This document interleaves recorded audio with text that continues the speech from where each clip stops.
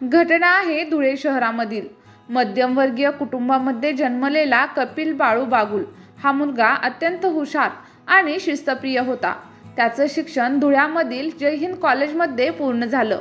कॉलेजमध्ये असतानाच त्याची ओळख प्रज्ञा कर्डिले या मुलीशी झाली आणि हळूहळू ती ओळख प्रेमामध्ये बदलत गेली। मात्र तरुणपणीचं ते नातं फार काळ टिकू शकलं नाही। 2007 मध्ये प्रज्ञाचं लग्न झालं आणि ती पुढे आपल्या आयुष्यामध्ये निघून गेली। कपिलने मनातलं दुःख दडवून भारतीय सैन्यात क्लर्क पदावरती नोकरी स्वीकारली आणि एक शिस्तबद्ध पण कोरड्या भावना असलेलं आयुष्य सुरू झालं। 2010 मध्ये कपिलचं लग्न शारदा उर्फ पूजा हिच्याशी झालं। पूजा ही स्वभावानं सौम्य, सुसंस्कृत आणि कुटुंबवात्सल्य स्त्री होती। लग्नानंतर दोघांनीही एकत्र संसाराला सुरुवात केली। कपिल सैन्यात असल्यामुळे बहुतेक वेळ घराबाहेर असायचा, पण पूजा सासर, मुले, घर सगळं काही अत्यंत संयमाने आणि प्रेमाने सांभाळायची। काही वर्षातच त्यांच्या संसारात 2 गोंडस मुलांचं आगमन झालं। एक 9 वर्षांची मुलगी आणि एक 7 वर्षांचा मुलगा। त्यांचं छोटंसं विश्व फुललेलं होतं।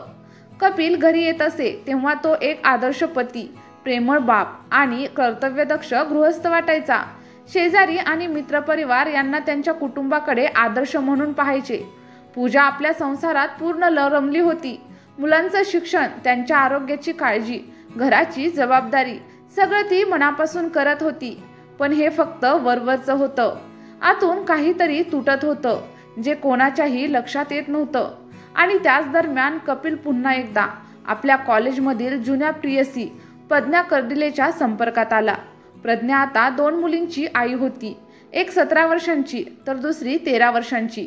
तिचा घटस्फोट अंतिम टप्प्यात होता। या काळात दोघांचा पुन्हा संपर्क वाढला। जुन्या आठवणी, अधुरी राहिलेली जवळीक हे सगळं दोघांना पुन्हा जवळ आणू लागलं। फोनवरच्या गप्पा, भेटी आणि एक दिवस ते दोघं पुन्हा प्रेमाच्या बंधनात अडकले। पण यावेळी परिस्थिती वेगळी होती। दोघंही विवाहित होते, तरीही समाज, कुटुंब आणि मुलं यांना डावलून त्यांनी आपल्या भावनांना प्राधान्य दिलं। प्रज्ञाच्या आयुष्यात परत आल्यानंतर कपिलच्या वागणुकीत मोठा बदल झाला। तो पूजाशी बोलणं टाळू लागला, तिच्याकडे दुर्लक्ष करू लागला। पूजाला या सगळ्याची जाणीव होती, पण तिने कधीही त्याला विरोध केला नाही। ती आपल्या संसारासाठी, आपल्या मुलांसाठी लढत राहिली। मात्र कपिलच्या मनामध्ये एक अत्यंत क्रूर कल्पना आकार घेऊ लागली। त्याच्या मते पूजा त्याच्या नवीन आयुष्याच्या वाटेत अडथळा ठरत होती आणि तो अडथळा दूर करण्यासाठी त्याने अमानवी असा निर्णय घेतला, तो म्हणजे पूजाला विष देऊन संपवण्याचा। घटनेच्या दिवशी घरामध्ये सासू, नणंद, कपिल आणि पूजा होती। कपिलने जेवणामध्ये विष मिसळलं। जेवण झाल्यानंतर काही वेळातच पूजाच्या तोंडामधून फेस यायला लागला। ती विवळू लागली, तिचं अंग कापायला लागलं।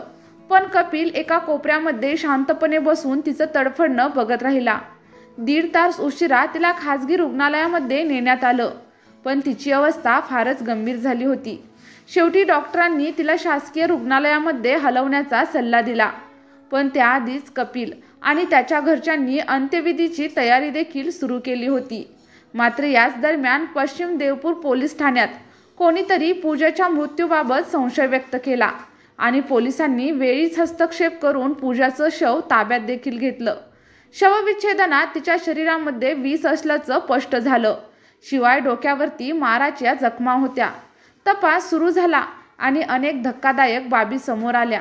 आधी पूजाने महिला आयोगाकडे तक्रार देखील केली होती, मानसिक आणि आर्थिक छळाबद्दल, पण ती तक्रार केवळ कागदांपुरतीच राहिली। पोलिसांनी पुरावे गोळा केल्यानंतर कपिल बागुल, त्याची सासू विजया बागुल, नणंद रंजना आणि प्रियसी प्रज्ञा यांना अटक केली। पूजावरती फक्त विषप्रयोग नव्हता, तर ती सतत मानसिक आणि आर्थिक छळाला सामोरी जात होती। तिने शेवटपर्यंत लढा दिला। तिला जगायचं होतं आपल्या 2 निष्पाप मुलांसाठी, पण तिचाच नवरा तिचा शत्रू बनला। एका रात्रीत ती अनाथ मुलं मागे ठेवून गेली। एक प्रेम कहाणी एका रक्तरंजित अध्यायामध्ये संपली। ही घटना केवळ पूजेची नाही, तर अशा असंख्य महिलांची कहाणी आहे। समाज, कुटुंब आणि यंत्रणा यांनी एकत्र मिळून तिच्या मृत्यूची जबाबदारी घ्यायला हवी। प्रेमाच्या नावाखाली पुरुषी अहंकार आणि सामाजिक निष्काळजीपणामुळे एक पत्नी मारली गेली, तिच्या अस्तित्वावर पाणी फिरवलं गेलं। चला तर मग प्रेक्षकांनो, ही सत्य घटना कथेच्या स्वरूपामध्ये तुम्हाला कशी वाटली? तुमच्या प्रतिक्रिया मला कमेंट बॉक्समध्ये सांगायला अजिबात विसरू नका।